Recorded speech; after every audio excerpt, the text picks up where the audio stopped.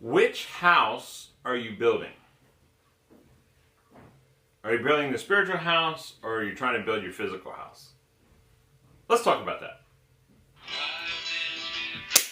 Woo!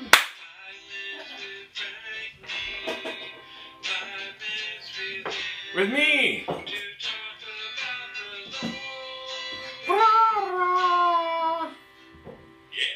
Good morning, beautiful people. It's Monday, the second day of the week.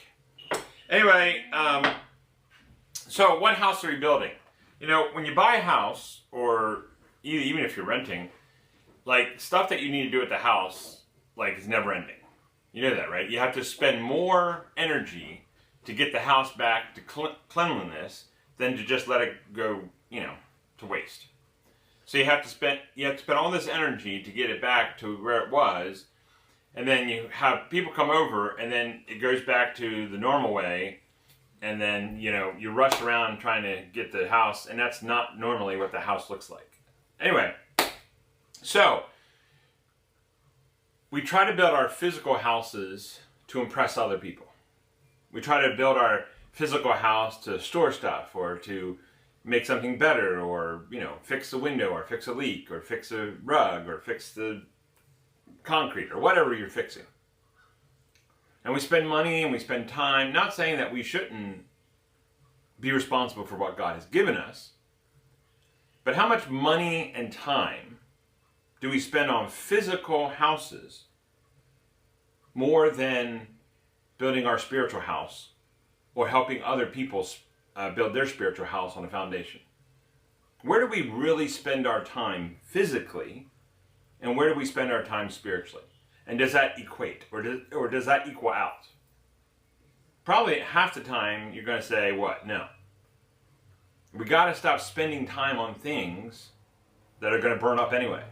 We got to spend time spiritually to get right with Jesus and to help other people and to get that foundation. And so Haggai, or Haggai, whatever you want to call them, two pronunciations, is going to talk about the temple, or the house of God. And now the first thing we think of temple, or the house of God, is a physical temple, or a physical church building. Well, you're way off.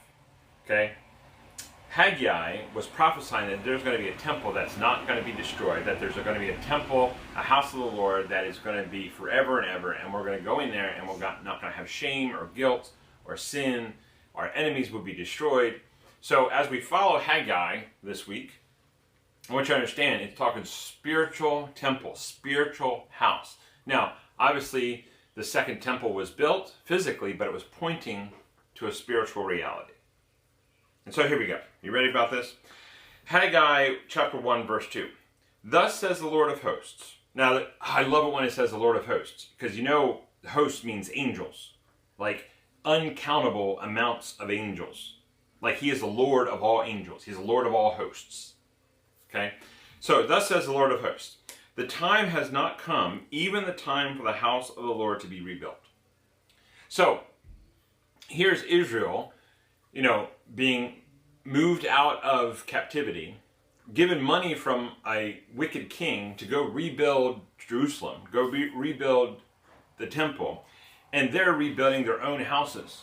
They're rebuilding their own dwelling places and letting God's temple just sit there in ruins, or not spending much time on it. And so this is a spiritual picture of where are we spending our time, our talent, our money, our resources. Are we trying to build better houses, better garages, better foundations, better for how big your house is? Or are we trying to build what God has ordained?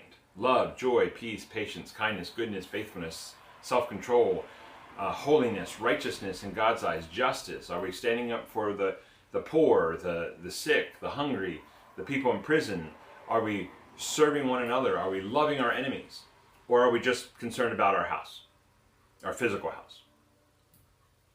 If we have our priorities straight, then the spiritual will lead us in directions of the mental and the emotional and the physical. But we got to have our priorities right. And here's Israel and Haggai saying, hey, Haggai is warning them, rebuild God's temple, and then everything will fall in line.